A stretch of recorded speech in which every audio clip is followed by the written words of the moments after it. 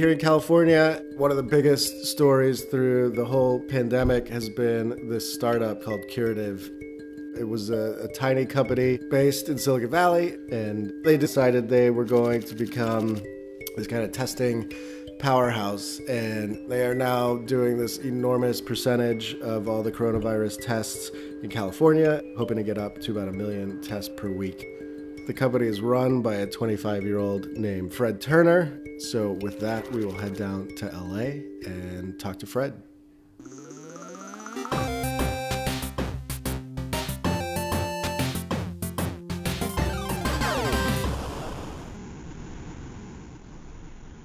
For people who don't know, just tell us a little bit about your company. Yeah, so we are a pretty new company, just started in January. Originally, we were a sepsis diagnostics company.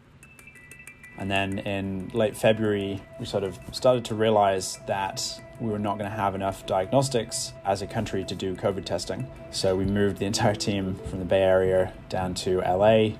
We found a lab down here that had all the license and everything else that's needed to do testing, and they were willing to let us come in and build out a whole COVID lab there.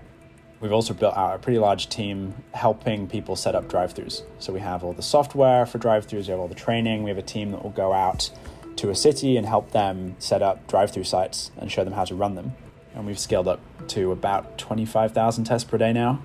You do some enormous percentage of the tests in California. Yeah, it's about a quarter of the tests in California. Okay, so I remember, as the virus was picking up steam and the whole United States was in a testing crisis, I just kept hearing about this startup that was able to process, at that time, this much higher volume of tests than it seemed like anyone else was doing. Part of this is a function of the kind of test you do, right? Yeah, it's what we call an oral fluid test. So you're swabbing the inside of your mouth after coughing. So coughing releases virus from deep in the lungs that gets caught in the saliva. There's also already virus in the saliva. And so when you swab your mouth, you pick up virus from these two locations at once. And the key to this is it can be self-collected. So it doesn't require a healthcare worker to shove a swab 3 inches up someone's nose, which obviously no one enjoys. Yeah, so you guys, as far as I understand it, you kind of have the person sit in the car and cough for a little bit. Yeah, so they drive up to the drive-thru. They are checked in by someone in the computer system against their appointment. They hand them a kit through the car window. In LA, they're now doing this with like a grabber stick, so they can do it from 6 feet away. They self-collect in the car, and then they drop the kit into a bin, which at the end of the day comes to us. Okay. People have questioned whether your test is as accurate as doing the more invasive test. Yeah, so we've done clinical studies, and we found when you have a fairly low viral load, maybe you only have it in the nose, maybe you only have it in the throat, getting 2 samples effectively in one, because you're getting the respiratory sample as well as the saliva, produces a good sensitivity. And we've seen that particularly in picking up early cases before they become symptomatic. And then from a distribution standpoint, I think what we've seen is that the oral fluid collection is just the easiest thing for people to do. And it's one thing to have a lot of lab capacity, but if we want to be doing millions of tests per day as a country, you have to have a distribution method of getting millions of tests to people. And the only way to do that is going to be self-collected samples.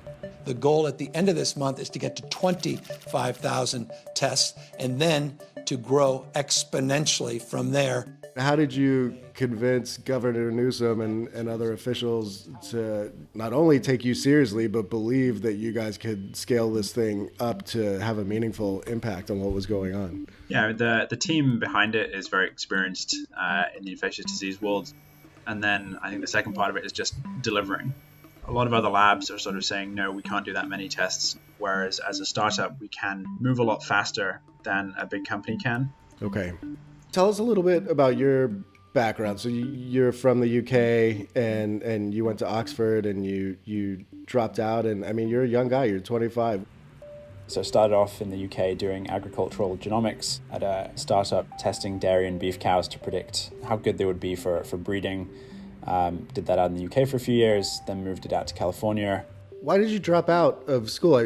Was it because you wanted to run a startup, become an entrepreneur, or was? Yeah, I'd already been running the cattle genomics startup for about 2 years at that point. Okay. Yeah, it just felt like I was learning an awful lot more doing the startup than in school. What's the path forward for you? Is it just sort of deal with the coronavirus for? Yeah, for we're kind of a weird company because our mission is to put ourselves out of business, right? We're working 7-day weeks and to end COVID.